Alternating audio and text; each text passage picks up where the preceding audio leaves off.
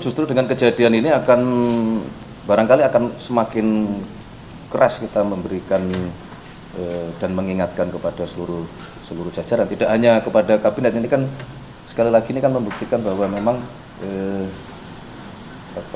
korupsi ini sudah sedemikian masuk kategori kalau penyakit ini stadium 4, stadium lanjut gitu.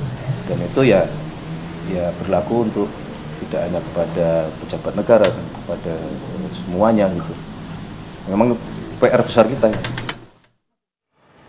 Baik, kita lanjutkan pembahasan kita malam hari ini, pemirsa. Bang Doli, tadi dari kabinet juga sudah menyampaikan respon dari Presiden Prabowo Subianto. Sudah sampai stadium 4 begitu. Tapi Bang Doli, kalau suara dari koalisi sendiri, bagaimana sikapnya? Mendukung bila ini dijadikan momentum bersih-bersih pembenahan di tubuh kabinet, artinya mengarah pada reshuffle? Saya kira pertama, sekali lagi beberapa kali saya sampaikan, reshuffle itu adalah hak prerogatifnya presiden. Ya, ada kejadian seperti ini atau tidak ada kejadian, ya kapan dan siapa yang mau diganti, penilaiannya apa gitu, itu sepenuhnya kewenangan Pak Prabowo sebagai presiden gitu.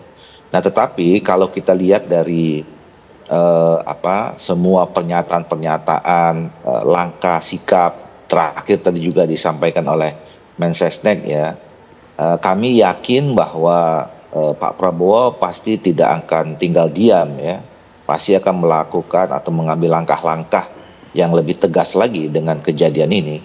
Dan Golkar dan saya juga yakin semua partai-partai politik pendukung di dalam koalisi itu pasti akan mendukung penuh, karena ini kan sesuatu yang memang baik dan menjadi keinginan kita semua ya, bahwa negara kita ini harus bebas dari korupsi, harus harus berwibawa gitu ya. Semua tugas tanggung jawab itu ditujukan untuk kepentingan rakyat, bukan untuk kepentingan siapa-siapa lagi, apalagi pribadi gitu.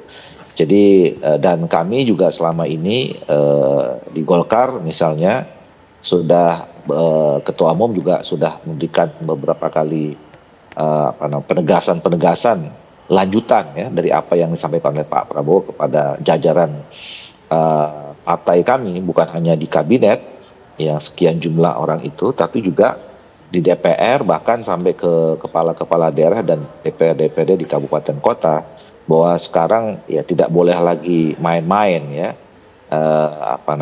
tidak boleh kita memberikan kesempatan sekecil apapun ya, untuk melakukan atau membiarkan praktek-praktek seperti itu. Oke, baik. Mas Agung, ini nanti kira-kira hitungan politik yang dilakukan oleh Pak Prabowo ketika kemudian mungkin memilih untuk melakukan reshuffle kabinet seperti apa, Mas Agung? Iya, jadi Bang Noel ini kan simbol kuat politik keberlanjutan, Mbak Ken ya. Jadi antara Pak Jokowi dan Pak Prabowo.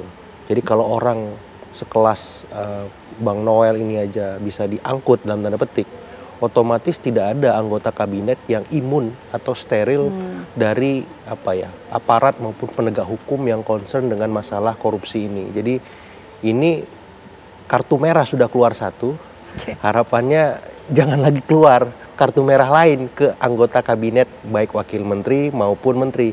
Bertobat nasuhalah kalau bahasa ininya, religiusnya ya Bang ya. Supaya apa? Supaya tidak malu-maluin Pak Prabowo. Kasihan nih. Pak Prabowo-nya sudah concern, sudah serius, sudah bolak-balik ngingetin, kok malah masih begini. Nah tapi namanya manusia dan orang yang diatur banyak nih, human error-nya tinggi, ya saya mengendorse memang setelah Bang Noel ditetapkan sebagai tersangka, memang untuk menjaga legitimasi politik dan publik pemerintah, citra pemerintah juga di mata publik, ya momen reshuffle ini menjadi sebuah keniscayaan gitu. Karena ya jangan sampai publik kemudian istilahnya antipati, karena kan Pak Prabowo concern berpidato ini di banyak kesempatan soal melawan korupsi. Nah artinya tindakannya harus segera, cepat, karena urgensinya sangat mendesak. Karena Bang Noel ini kan suka atau enggak ada di sebuah kementerian yang hari ini sedang disorot publik. Dalam tanda petik kita ada ancaman PHK massal. Betul. Itu menterinya harus dibantu misalkan. Ini banyak kasus-kasus di bawah yang harus segera diselesaikan. Nah kalau nggak diangkat orang baru, khawatirnya ada hal-hal yang administratif, hal-hal yang strategis itu terbengkalai. Menghambat kinerja. Betul, sehingga keputusan untuk lebih progres, kemenakernya menjadi terhambat. Jadi saya kira ini keniscayaan sudah ada situasi force major ya yang mendesak, mendadak semacam itu, dan presiden perlu mengambil sikap ya.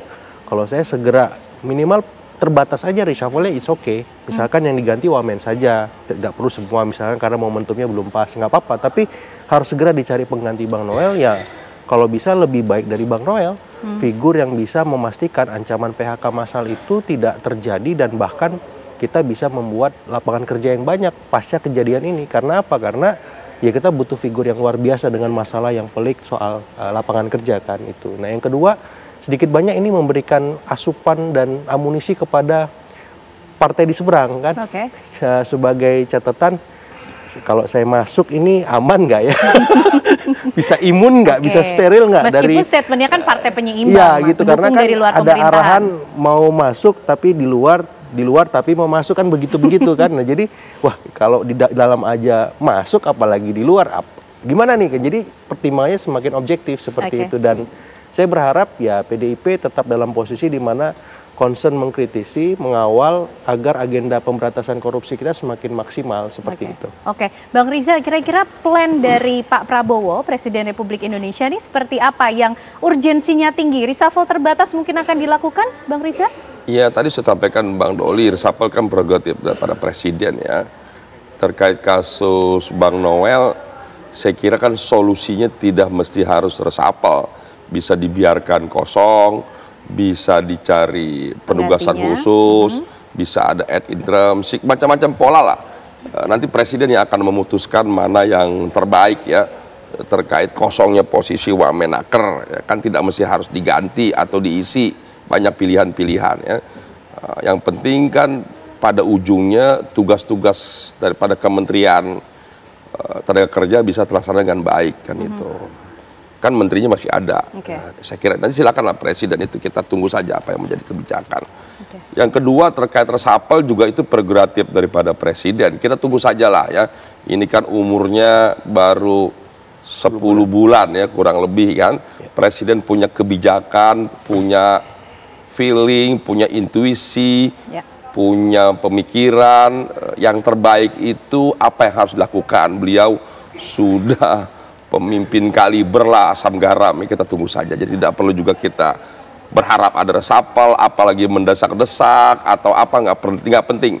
Bagi kami bekerja sebaik-baiknya itu tugas yang terbaik bagi dari kabinet. Tapi yang paling penting adalah korupsi ini sudah sejak lama, sejak zaman Orde Baru hingga hari ini. Dan korupsi ini tidak hanya di pemerintahan, tapi juga di tempat-tempat lain dan di swasta. Saya kira kalau bangsa ingin baik, ya memang harus dimulai daripada pemimpinnya, daripada aparatnya, daripada kabinetnya. Tapi yang tadi kali penting juga di sektor-sektor swasta juga, mari kita sama-sama agar proses bisnis di swasta juga bisa berlangsung dengan baik, tanpa ada kasus-kasus KKN juga ya. Supaya semua bangsa ini yang pemerintahan dengan swasta bisa bersinergi lebih positif. Seperti disampaikan Bapak Prabowo, supaya semua kekayaan alam Indonesia ini, sumber daya alam yang luar biasa kayanya ini bisa betul-betul dimanfaatkan sebesar-besar untuk kepentingan rakyat.